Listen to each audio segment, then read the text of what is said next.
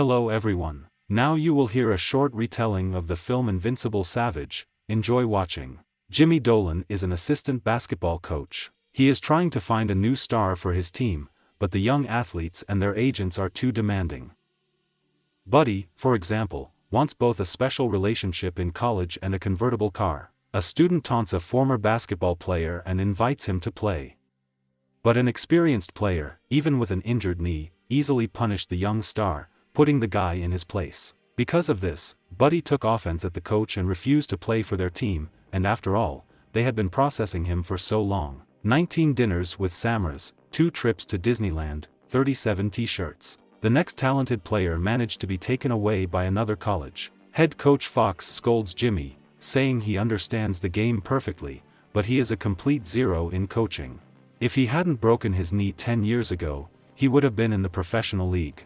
But he is a coach, not a player, and it's time for him to think about the prospects. At the banquet, Ray Fox is honored as the best coach in college history. The man says that his next season will be the last, and within 2 weeks he will announce the name of his successor. After that, a presentation was shown on how the college helps the residents of the Kenyan village of Vanabi. Drunk Jimmy drew attention to a tall Kenyan man who was playing basketball in the background. He is sure that this guy is exactly who the team needs. Jimmy asks to be sent to Africa, but instead he is instructed to go to see a player from the lower American division. However, Jimmy is not one of those who listens to the authorities, and he flies to Kenya on his own. On the bus, the locals laugh at him after learning that the white fool is going to Vinaba. In addition, they mock the lesbian themselves. They have jokes like, "To milk one cow, you need 20 tribesmen. One will hold the other will raise and lower the cow." After getting off at a stop in the small town of Mingori, a confused Jimmy was able to find a Kenyan who speaks English and asked what time the next bus to Vanabi would be. The man also turned out to have a peculiar sense of humor and told Jimmy that he had already missed the bus. The last one left in 1974. On the street, a local businessman Eniyaga approached Jimmy and offered him to become a partner in the development of copper deposits. After learning that Jimmy is a basketball coach, he brought a man to his career. In the hangar, hard workers were throwing a ball. Instead of a coach, they have NBA matches that they watch thanks to a satellite dish, and the main player turned out to be Mifunda, Jimmy's boorish traveling companion on the bus. Niyaga wants him to push Mifunda to take him to America, but Jimmy insists that he needs to get to Vanabi. Do you know why crows fly upside down over wines? Because it's a pity for her shit. In the end, Jimmy decided to go to the village on foot, although he didn't even have a pointer to help him. At the same time, the American decided to take pictures of the wild nature of Africa, and then 2 Vanobians appeared in front of him. After hearing the name of their village, they agreed to bring a stranger to them in exchange for his cap. Finally, Jimmy reached the village, far from civilization even by Kenyan standards. Now he needs to find Reverend Father Haru. In the church, the Holy Father was just entertaining the villagers with a game of bingo, and Haru himself is a former basketball player. He urgently needed to go to another village for mass, and he managed to tell only the name of the tall guy with the video, Sally. Immediately it turned out that his first companion speaks English and he is ready to help the American in exchange for his watch. Soon Jimmy had the opportunity to evaluate Sally's physical characteristics. The American asked to show the giant how he throws the ball. Alas, Sully threw it anywhere. He also does not know how to drive at all, the ball constantly falls out of his hands. Sally is very sorry that he disappointed Jimmy, but for some reason the American convinced himself that he would find a brilliant player here. But then Sally flew up and made a perfect slam dunk. It was Sally who played a joke on the guest. In fact, he knows how to play. And he also turned out to be not as stupid as an American student and is able to deceive an experienced basketball player. Jimmy persuades Sally to go with him to the USA, where he will live like a king. But Venabits just silently turned around and left. Jimmy spent the night in a school classroom. In the morning, Sister Susan brought him coffee. Jimmy jumped up in surprise and hurt his head badly. The nurse advises the coach to forget about Sally. He is the son of the chief of the Ore. That's why there are guards with him all the time. He is the only heir and will one day lead the tribe. They won't let him go anywhere from here. Susan made Jimmy a lotion of iodine, kerosene and camel vocals. The American went into the house with the elders, hoping that one of them would be Sally's father.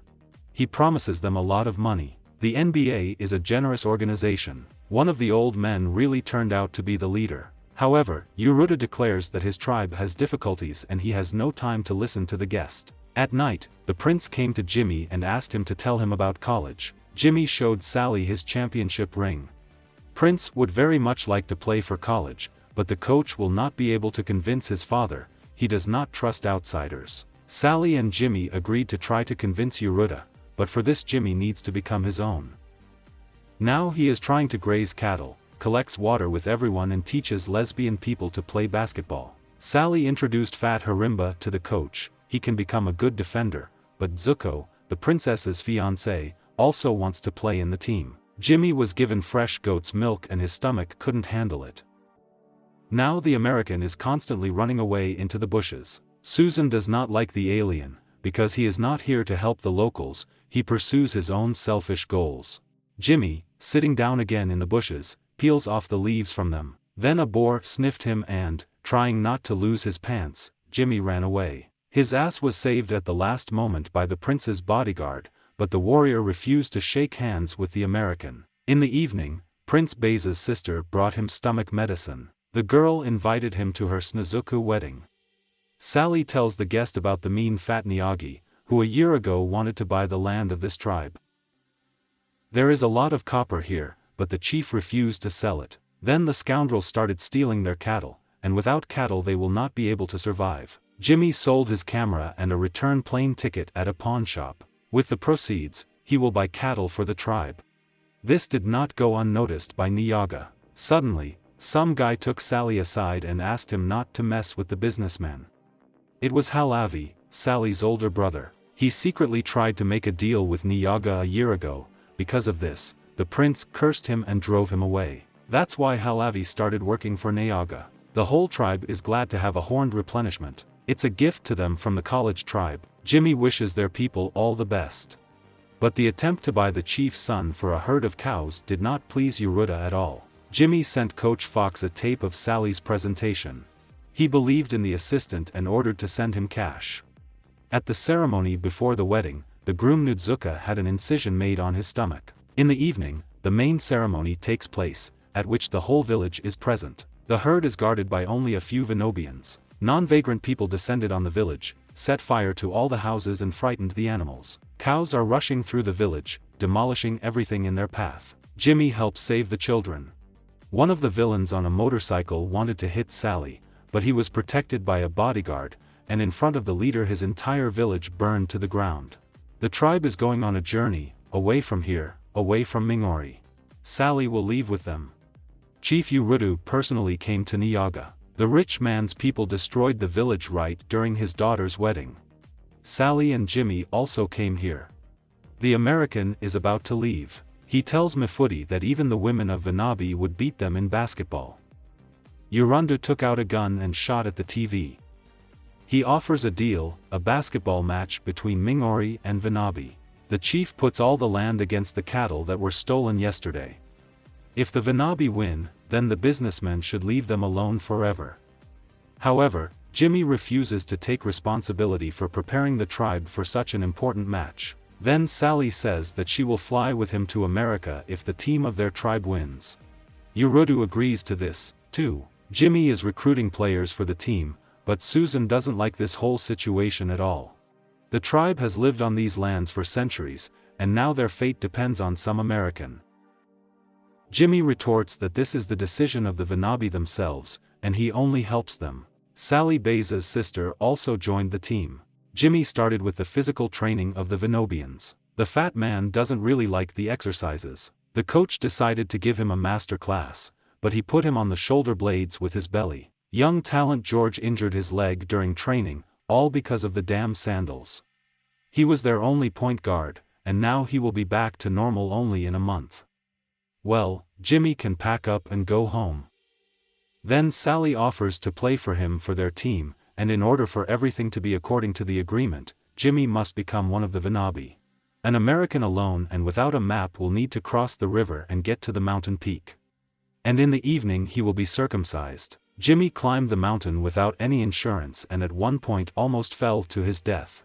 Again and again he was on the verge of death.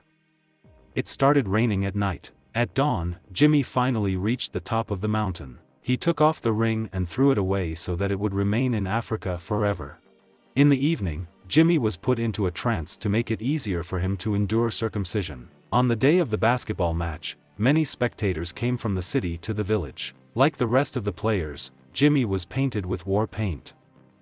The white player angered Nyaga. Jimmy gave a look into his underpants so that the businessmen would make sure that he was a real Vanabi and not Iago agreed. The match started. Mingori was immediately led, but Vanabi quickly equalized the score. Most of the viewers are rooting for the Vanabi team. During one of the myth attacks, he knocked Jimmy down and stepped on his sore knee.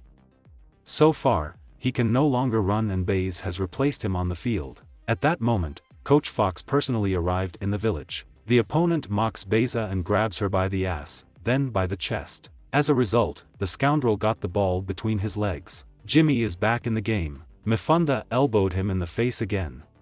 The first half is over. Susan warns Jimmy that if he continues, he will ruin his leg. Sally asks him not to play and promises to go with him even if they lose. But Jimmy, on the contrary, cancels the deal. The main thing is to win today. And Sally is a free person and will do what he wants after the match. The team was fitted with new sneakers, and Jimmy developed a strategy for further play. Mifunda constantly pushes Sally. Once he was almost stabbed by the prince's guards. So far, the Vanabi are losing by 12 points, but the Mingori began to lose control of the game and Nyaga ordered the players to deal with the coach. When Jimmy jumped, one of his rivals crawled under him and knocked him to the ground. He can no longer continue, but there is no one to put in his place. Then Halavi got out of the car. He decided to come to the aid of his tribe at the most crucial moment. The guy asked his father for forgiveness and he agreed that his son should play for his team. Can he play? Zebra wears stripes. Halavi immediately threw a three-pointer. There are 2 minutes left until the end of the match, and the gap has been reduced to 3 points. The fat man earned 2 more points. During the timeout before the end of the game, Jimmy talks about a new technique called Borvosok. It is built around Sally, who will be left alone with Mifunda and must confuse him, as Jimmy's coach taught. At the last second, Sully threw the ball between the opponent's legs and made a spectacular slam dunk. In the hardest match, the Vanabi team won. Sister Susan even kissed Jimmy for joy.